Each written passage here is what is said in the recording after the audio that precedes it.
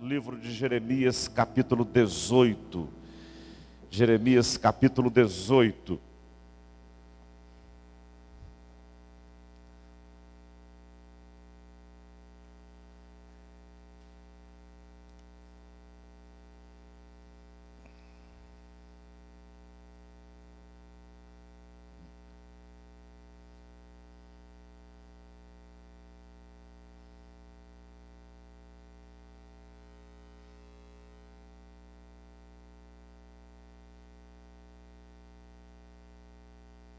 Jeremias capítulo 18.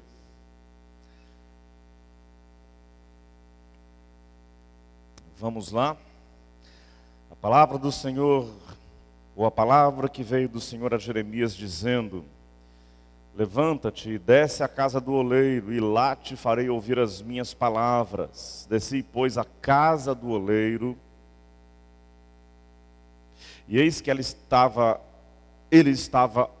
ocupado com a sua obra sobre as rodas. Como vaso que ele fazia do barro, se estragou na mão do oleiro, tornou a fazer dele outro vaso, conforme pareceu bem aos seus olhos fazer. Então veio a minha palavra do Senhor dizendo: não poderei eu fazer de vós como fez este oleiro, ó casa de Israel, diz o Senhor. Pai, abençoa-nos e fala-nos nesta hora. Nós clamamos a Ti, Senhor Deus, em nome de Jesus. Senhor Deus, abençoa-nos, que o Teu Espírito Santo ministre em nós e sobre nós a Tua palavra. Nós pedimos, Pai, no poderoso nome de Jesus. Amém e amém, Senhor. Ânimo, é possível mudar. É possível mudar. Então me ajude nessa mensagem. Diga para o irmão que está próximo de você: irmão, é possível mudar. Isso.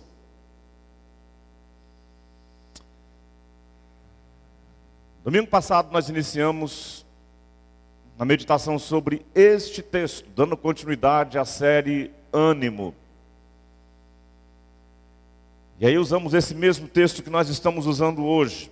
Por isso eu quero retomá-lo rapidamente com os irmãos. Deus disse para Jeremias. E aí, como eu tenho dito para os irmãos, nós temos pelo menos 33 registros no livro de Jeremias, equivalentes a este. Veio a palavra do Senhor a Jeremias. O Senhor falou a Jeremias. Ou seja, com muita frequência Deus falava com Jeremias, com muita frequência Jeremias ouvia a voz de Deus.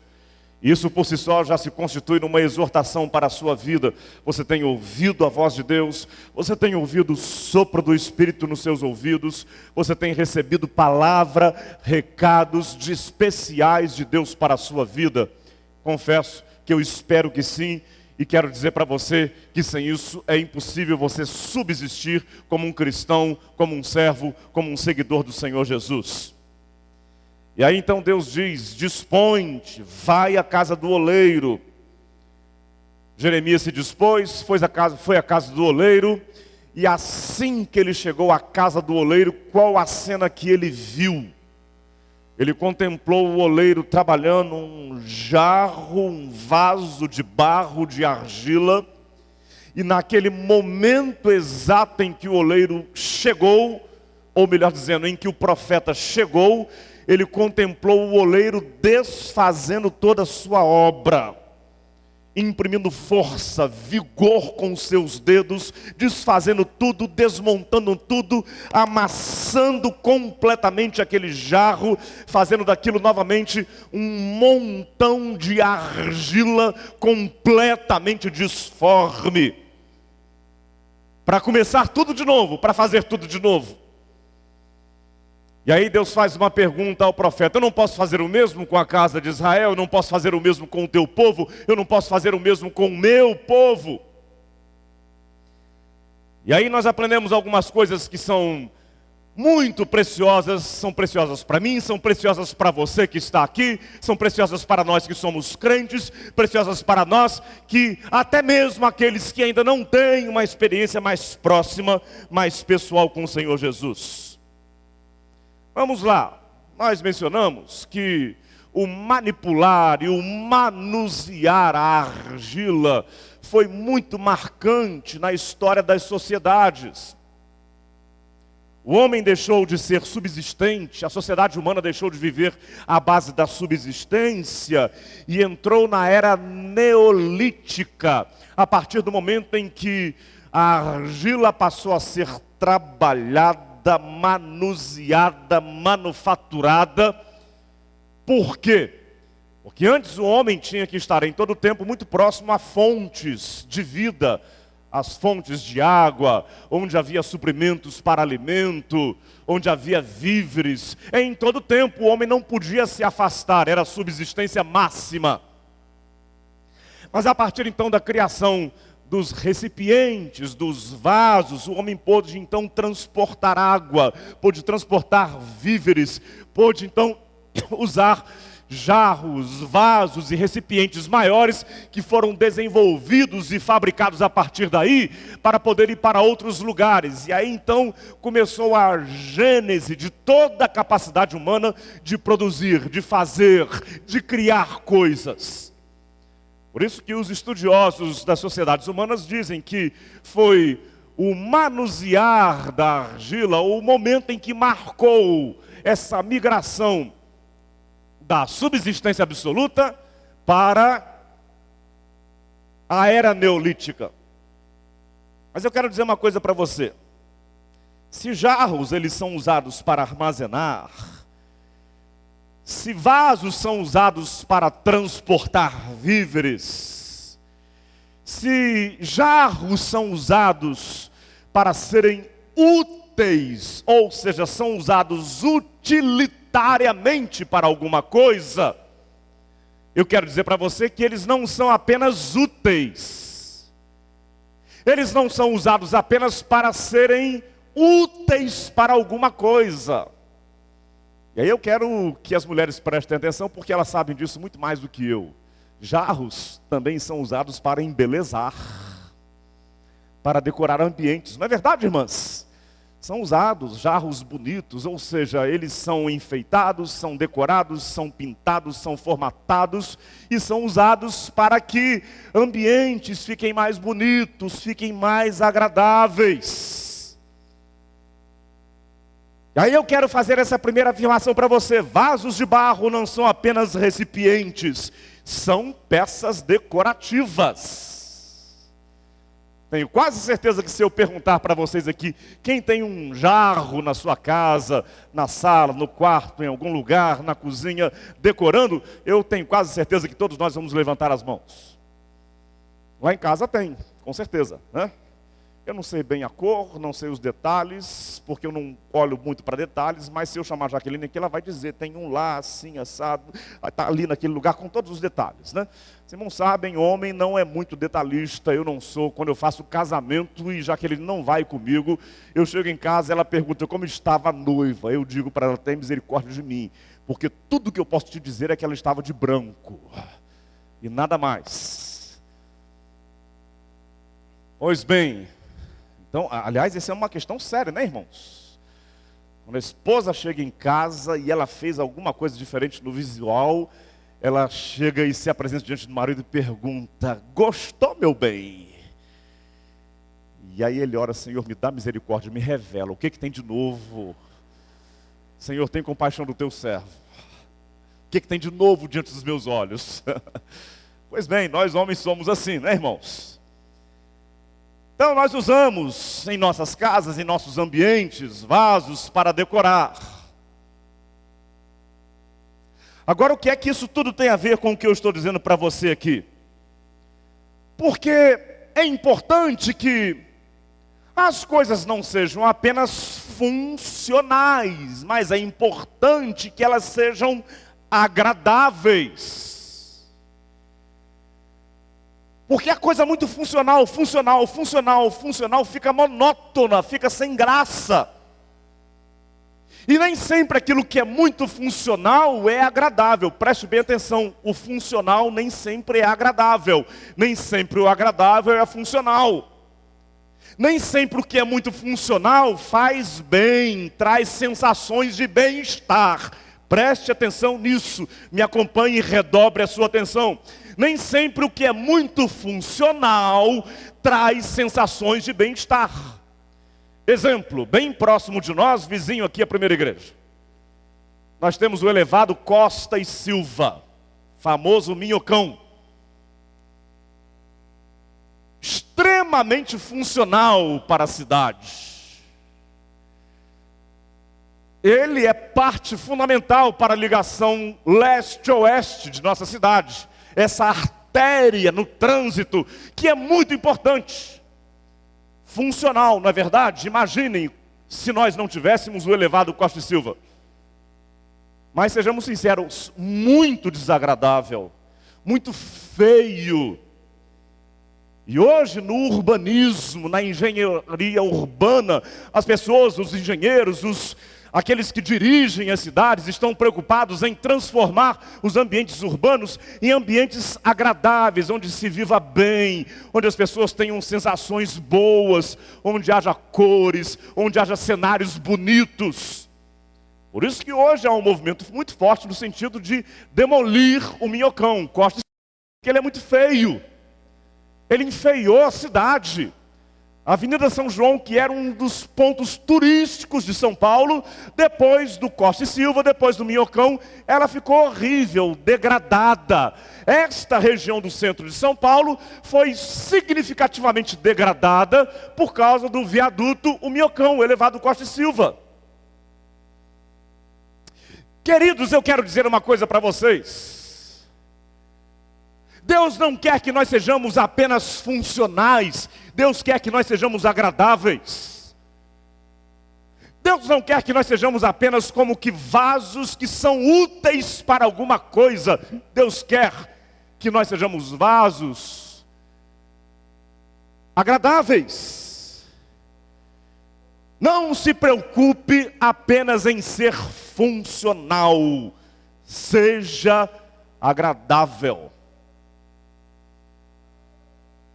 Olha, a gente lida com casais há muitos anos, tenho lido muita coisa a respeito de casamento, terapeutas de casais, e eu posso dizer para você que 100% dos bons autores de livros para casais mencionam que hoje, em nossa sociedade pós-moderna, uma das principais razões geradoras de divórcio é o fato de a vida em casa, a vida a dois, ser apenas funcional e não ser agradável. Em muitos casos, ser muito desagradável.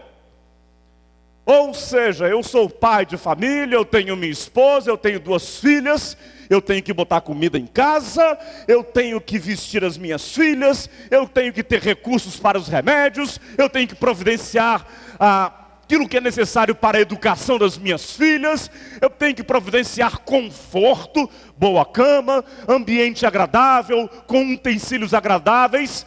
Tudo isso, eu tenho que ser funcional. Eu sou o marido funcional e essa é a minha preocupação. Só que lá em casa ninguém me suporta. Providencio tudo, sou funcional, mas lá em casa ninguém me aguenta.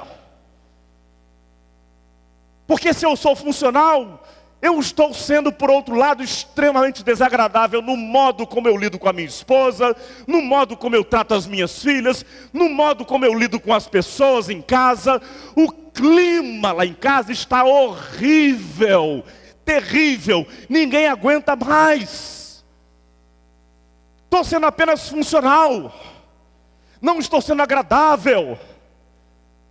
Por isso que o Senhor vai e desfaz o barro, Ele imprime força, Ele amassa de novo a argila.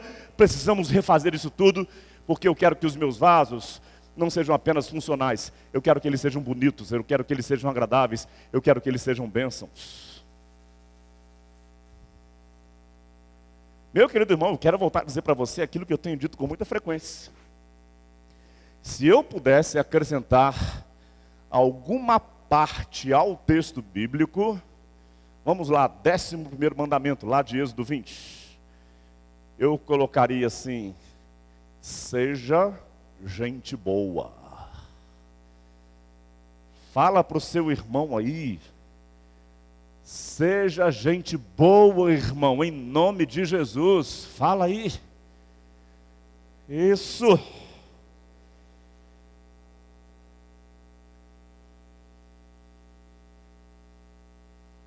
Irmão, preste atenção no que eu estou te dizendo em nome de Jesus. Tem muita gente que vai ficando ranzinza, vai passando o tempo. Quero ser aqui muito claro em minha fala, quero ser aqui muito aberto. Tem muita gente que vai passando o tempo, vai ficando chata. Tem muita gente que vai passando o tempo, vai ficando ranzinza, reclamando da vida, brigando com a porta, zangado com as paredes, chutando a própria sombra, reclamando da vida o tempo todo. E aí você vai se azedando a si mesmo, você vai enchendo o seu coração de amargura, preocupado apenas em fazer as coisas, cumprir os compromissos, ser funcional na vida, e você não percebe que gradativamente você está se transformando num vaso horrível que ninguém aguenta. Concorda comigo, irmão? Então seja gente boa. Cuide bem disso. Zele pela sua própria alma, zele pelo seu próprio estado de espírito. Tenha ânimo, irmão, porque tem pessoas que têm conseguido promover mudanças significativas no seu modo de ser. Eu vou repetir isso para você. Tenha ânimo, porque é possível mudar. É possível mudar. Repita comigo. É possível mudar. Tenha ânimo, você pode mudar. Eu te afirmo isso em nome de Jesus. Eu fui seminarista da Igreja Batista de Copacabana, no Rio de Janeiro. Um dos pastores da minha época, como seminarista lá, a vida dele me inspirava muito. O olhar daquele homem. Não precisava falar muito, ou não precisava falar. O olhar dele, a forma dele me tratar.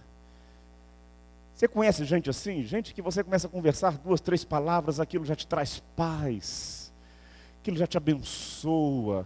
São palavras de Deus. É gente que fala coisa boa, é gente que tem bons sentimentos no coração, gente ungida, gente cheia do Espírito de Deus, gente agradável, o sorriso dele.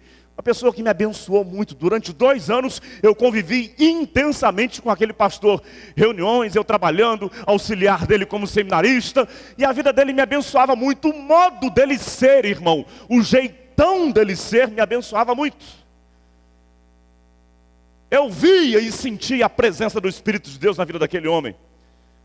Aí um dia eu falei para a esposa dele: irmão, olha, você não sabe o quanto estar próximo do seu marido, o olhar dele, o jeitão dele ser, quanto isso é bom, quanto isso me faz bem, a mansidão dele, o controle que ele tem, sabedoria dele nas horas difíceis, o domínio que ele tem das suas emoções em tempos aquecidos e difíceis. Isso para mim é fonte de muita inspiração.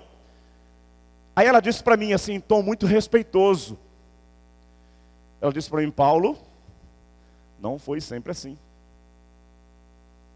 Ele é um homem de Deus, eu o conheci desde jovem, e ele não era assim. Aí o que veio foi mais bonito, né? Ele vem melhorando, foi melhorando, foi melhorando, foi melhorando, foi melhorando, foi melhorando. Hoje é desse jeito que você vê. Eu quero morrer ao lado desse homem.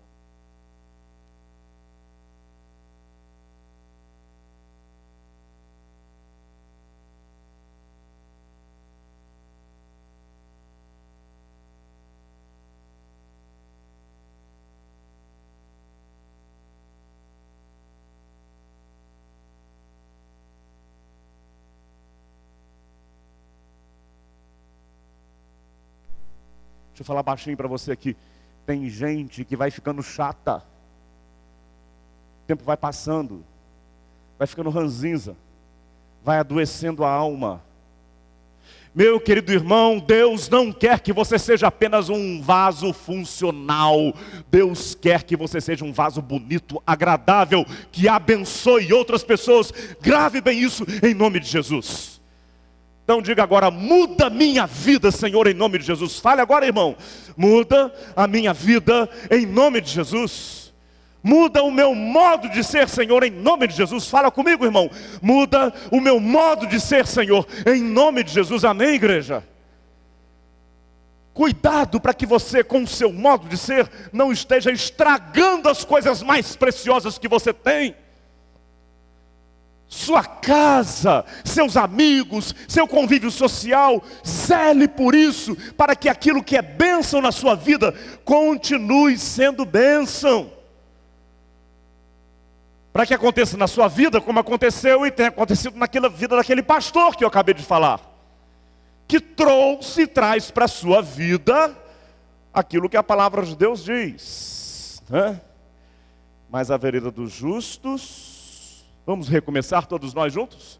Mas a vereda dos justos é como a luz da aurora, que vai brilhando mais e mais, até ser dia perfeito. Me desculpe, eu causei aqui uma consequência de Babel, né? Eu falei uma versão, vamos ler juntos a versão que está lá na tela. Porque o caminho do justo é como a luz da aurora, que vai brilhando mais e mais até ser dia perfeito. Meu querido irmão, a luz que vai, ou que é emanada do vaso da sua vida, ela está brilhando mais e mais, mais e mais. Você está se tornando cada vez mais agradável, mais cheio do Espírito. Você está ficando um vaso mais bonito? Sim ou não? Responda para si mesmo. Segunda coisa que eu quero dizer para você é aquilo que Deus faz. Por enquanto eu estou falando da responsabilidade humana, sua, minha, de você ter cuidado consigo mesmo, para que você seja um vaso formoso, que faça com que ambientes sejam mais agradáveis, que faça com que relações sejam mais agradáveis. Eu tenho conversado muito isso com a nossa equipe ministerial da igreja. Nós precisamos sempre nos avaliar. Onde que eu preciso mudar? Quais são as mudanças que eu tenho que fazer na minha vida? Onde estão os defeitos na minha vida relacional? Eu tenho que olhar para mim mesmo com coragem, de frente, e eu tenho que identificar quais são os defeitos presentes no meu relacionamento com pessoas, ou relacionamentos, e eu tenho que encarar quais são as minhas deficiências, quais são as minhas feiuras, quais são as deformações no meu vaso, e dizer: olha, eu preciso mudar esse negócio, para que a minha vida seja mais abençoada. Responsabilidade minha, sua, irmão. E sabe por que eu estou gastando esse tempo todo nisso? Para que a gente não fique aí: Senhor me abençoa, Senhor me abençoa, Senhor me abençoa, Senhor manda o poder do céu, Senhor manda o poder do céu. E eu aqui de modo irresponsável, incapaz de olhar para mim mesmo, apenas pedindo: Senhor me abençoa, me abençoa, me abençoa. Mas eu não sou capaz de olhar para mim mesmo com coragem e dizer: tem coisa que na minha vida precisa ser mudada, e eu quero que elas sejam mudadas. Irmão, a fé em Jesus, ela é responsável. Ela requer que eu seja responsável, que você seja responsável, e que nós sejamos participantes nesse processo de Deus de metamorfoseamento da nossa vida. Amém, igreja? Então vamos lá. Segunda coisa que eu quero dizer para você agora, e com isso eu vou encerrar. Eu disse até agora aquilo que nós temos que fazer. Agora eu quero rapidamente dizer para você o que Deus faz, como Deus faz. Quero falar um pouco para você rapidamente sobre o poder e a grandeza de Deus. E aí eu quero dizer para você, a partir desse texto, dessa imagem que Deus mostrou para Jeremias: veja lá o vaso, como ele foi destruído pelo oleiro para ser reconstruído, como a figura do vaso se transformou num caos sem forma, um monte de argila completamente sem forma. Aí o oleiro começa a refazer tudo, Deus começa a fazer tudo novamente. Sabe a que conclusão eu chego, irmãos? Deus não precisa de circunstâncias favoráveis para fazer obras especiais. Você pode ler isso comigo? Deus não precisa de circunstâncias favoráveis para fazer obras especiais. Gente, o que vai sair desse negócio aqui? Um monte de argila, uma coisa horrorosa, um caos. Não indica que alguma coisa boa vai acontecer. Irmão, olha bem para cá. Deus não precisa de prognósticos positivos. Olha, a cena está melhorando, as coisas estão sinalizando que algo bom vai acontecer. Puxa, Deus vai fazer. Deus não precisa disso. Deus não precisa de circunstâncias favoráveis, as coisas estão se encaixando, está tudo ficando perfeito para Deus fazer algo maravilhoso. Deus não precisa disso. Do caos, Deus faz coisas maravilhosas e faz subitamente. Amém, igreja? Você conhece bem o texto bíblico, né? Isso está presente na ação de Jesus, desde lá, a ação de Deus na origem das coisas. A terra era sem forma e vazia. Havia trevas sobre a face do abismo. E o Espírito de Deus se movia sobre a face das águas. E disse Deus, o que, irmãos? Haja luz. E o que aconteceu, meus irmãos? Houve luz do caos. Trevas, nada, absolutamente nada. Caos, tudo sem forma e vazio. Deus disse, haja luz, houve luz. Meu querido irmão, quando o cenário se mostra o mais desfavorável possível, quando as coisas apontam para você que está um caos absoluto, sem esperança, sem nenhum sinal favorável, quero dizer para você, muitas vezes é aí que o poder de Deus entra e se manifesta e coisas maravilhosas acontecem. Amém, igreja? Interessante que isso tem a ver com a profecia de Jeremias para o seu povo. Deus havia dado algumas promessas de que viria o período de cativeiro, mas depois do cativeiro viria a restauração. Viria um tempo ruim, muito ruim, mas depois desse tempo de invasão, os estrangeiros dominando Israel, depois desse tempo viria um tempo de restauração. Eram promessas de Deus. Quer ver alguns versículos que Jeremias profetiza em nome do Senhor ao seu povo? Jeremias 32, 37 diz assim: eis que eu congregarei todas as terras para onde os tenho lançado da minha ira. Eis que eu os congregarei, e no meu furor e na minha grande indignação, e os tornarei a trazer a este lugar, e farei que habitem nele com segurança. Olha que promessa. Promessa para o povo de Deus naqueles dias, lá nos dias de Jeremias. Jeremias 32, 41. E alegrar-me-ei deles, fazendo-lhes bem, e plantá-los-ei na terra, ou nesta terra firmemente, com todo o meu coração e com toda a minha alma. Outra promessa de Deus para o povo. Promessa que se cumpriria depois do cativeiro. Jeremias 31, versos 4 e 5. Ainda te edificarei e serás edificada, ó Virgem de Israel. Ainda serás adornada com os teus tamborins e sairás nas danças dos que se alegram. Ainda plantarás vinhas nos montes de Samaria, e os plantadores as plantarão e comerão coisas comuns. Promessas de Deus para Israel. Aí, o cenário fica horrível. Jeremias faz essas profecias de bênção, de abundância, Deus congregando todo o povo. Vocês vão viver aqui em paz, eu serei a garantia de vocês, a segurança. Vocês vão colher, vão plantar. Vocês vão ter aquela sensação maravilhosa lá da época de que vocês saíram do Egito. Vão chegar na terra que manda leite e mel. Promessa de Deus. De repente os babilônicos vêm e invadem. Tomam o povo cativo, levam grande parte do povo para a Babilônia. Destroem tudo em Jerusalém. A cidade se torna um grande entulho. Passam anos e anos e anos, décadas, e o povo esperando as promessas do Senhor, as promessas do Senhor, as promessas do Senhor.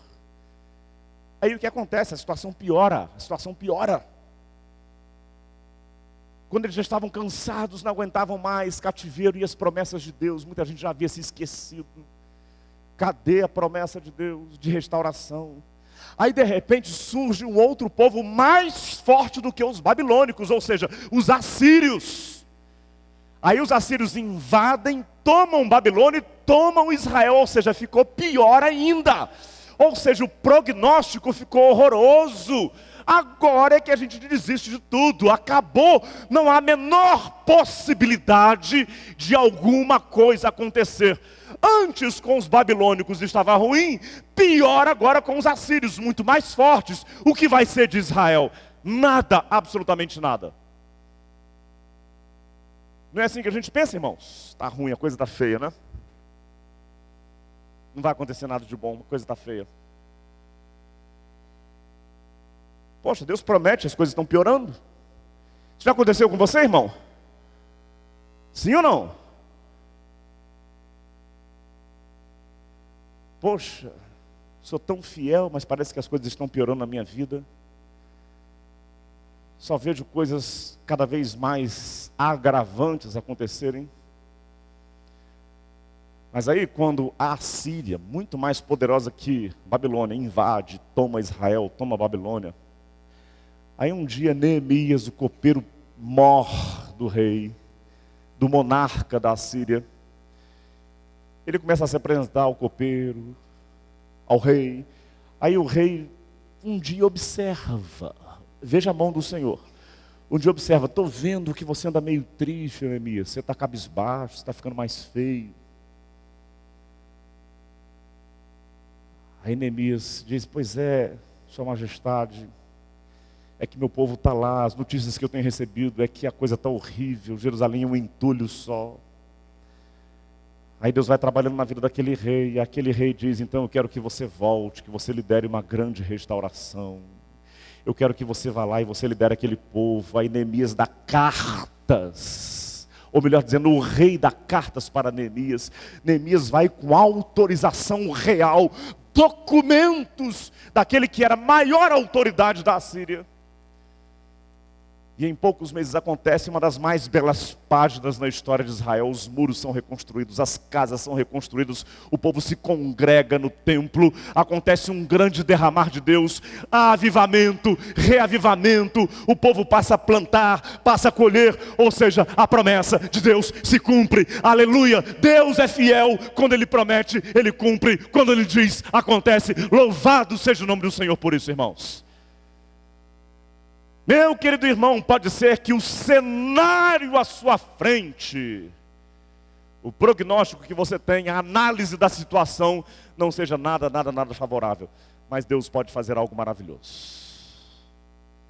E Deus faz coisas maravilhosas a partir do caos. Você crê nisso? Eu creio. Você crê nisso? Você pode dizer amém, aleluia? Amém. Aleluia. E aí se eu perguntasse aqui, quantas pessoas nesse lugar já experimentaram algo maravilhoso de Deus, quando o que estava acontecendo era um verdadeiro caos? Quantas pessoas já experimentaram caos e de repente Deus fez algo maravilhoso? Levanta as suas mãos. Olha aí, glória a Deus, glória a Deus. O que é preciso fazer, irmão, para que o seu caos seja transformado em algo maravilhoso? A cena é simples. A massa de argila estava nas mãos do oleiro. Não precisaria dizer mais nada, já disse tudo. Sua vida tem que estar nas mãos do oleiro, Deus. Você tem que dizer, Deus reconstrói, Deus refaz, Deus, eu estou no pior momento da vida. Em tempos de UFC, a gente tem ouvido muito a expressão, estou beijando a lona.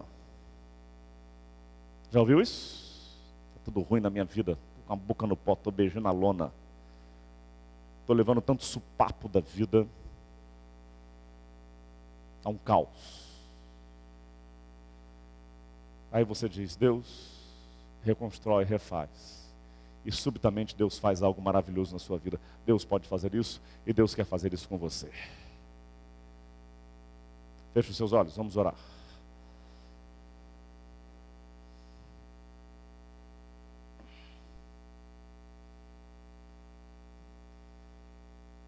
Diga: Senhor, eu estou na lona, se é o seu caso.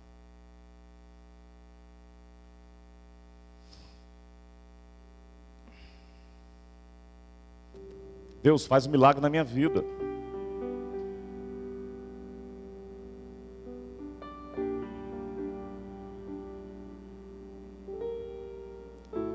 Deus, toma essa massa de argila cheia de defeitos, cheia de problemas, que é a minha vida.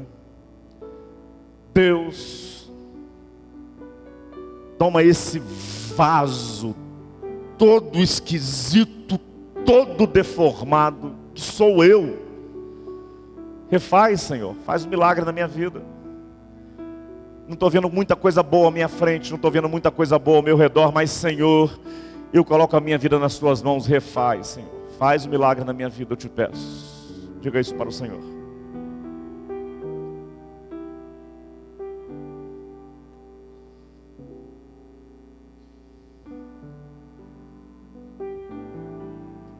Diga agora: Senhor, remodela a minha vida, o meu modo de ser. Não quero ser apenas funcional, quero ser agradável. Não apenas servir para algumas coisas que são importantes, é verdade. Mas eu quero que o jarro de barro, que sou eu, quero que ele seja bonito, quero que seja agradável.